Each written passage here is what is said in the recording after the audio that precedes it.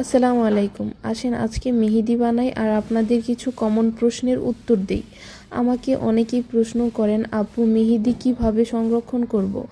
আপু আমাদের মেহেদিতে কোনো কেমিক্যাল ব্যবহার করা হয় না, তাই অবশ্যই মেহেদি ডিপ ফ্রিজে সংরক্ষণ করবেন। ডিপ ফ্রিজে 5 থেকে 6 মাস পর্যন্ত সংরক্ষণ করতে পারবেন। আবার অনেকে প্রশ্ন করেন, আপু মেহেদি কিভাবে দিলে কালারটা গাঢ় হবে।